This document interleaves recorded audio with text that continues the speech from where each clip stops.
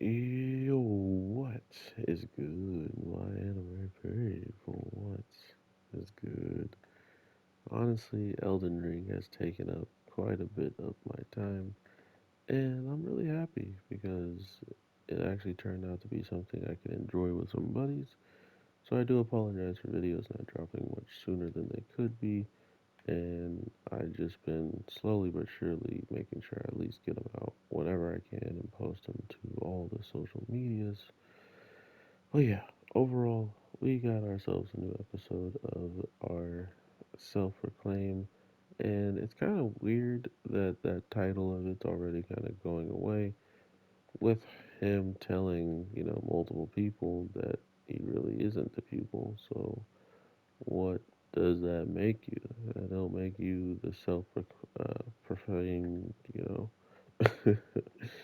Overall, though, I mean, there is a handful of people who already know, and just in general, it's just funny that that title's already being pretty much thrown out the window in this week's episode because that title is gone thanks to his want to share his actual name with this fairy that he has been with for quite some time and has left behind for quite some time.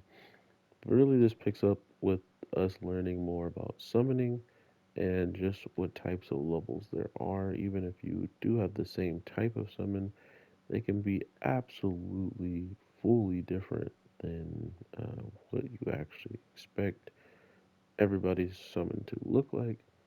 And I think that's another really cool aspect of how they treat this world and how they're building um, even classes like summoners, even classes like just mages in general. There's a lot of levels to it, and I think that's a very smart way of going about the future of this. So, overall, him going into this library and pretty much showcasing another summon that's capable of reading these ancient texts is another reason why this character is just ridiculously broken.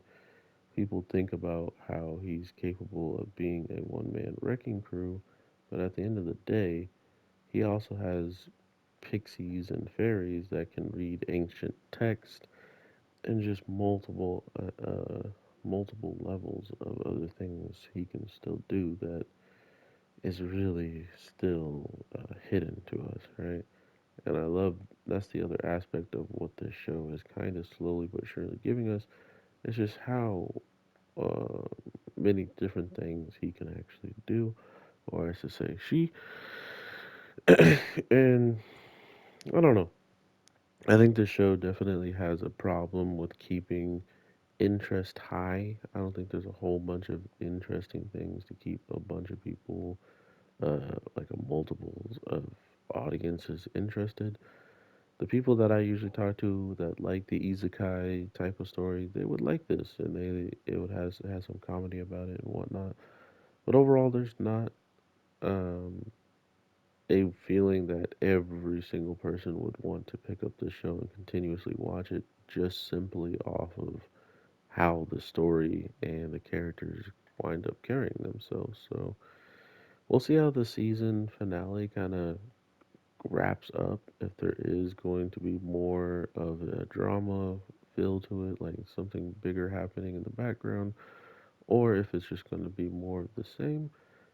That's what I'm mostly interested in. What can you add to this character to deal with? Because we already know the world was much more interesting when we were first learning about it, but because these characters are so strong, we have not really learned anything else about the world and what other factions are doing. We just know he's being sent out to do missions randomly, and we honestly don't know what any of this stuff is going to do for the future of the kingdom and whatnot. So, overall, this was more or less just the summoning stuff leading into more adventures, but ultimately, our main character getting to tell someone who he really wants to tell his identity, and them getting to share some quality time together. So, like I said, I think this is where the show is going to have to either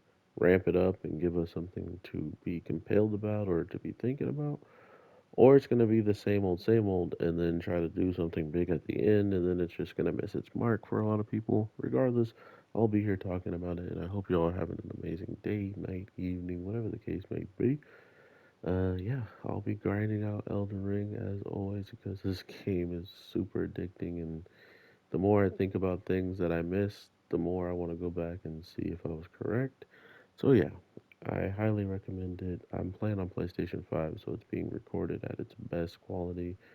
So yeah, if it's on PlayStation 4 and doesn't look as good, I apologize, but the game still looks even amazing when I played it on the PlayStation 4 version on 5. So overall, I hope you all have a good one, and I'll talk to you in the next one. Take care, and peace.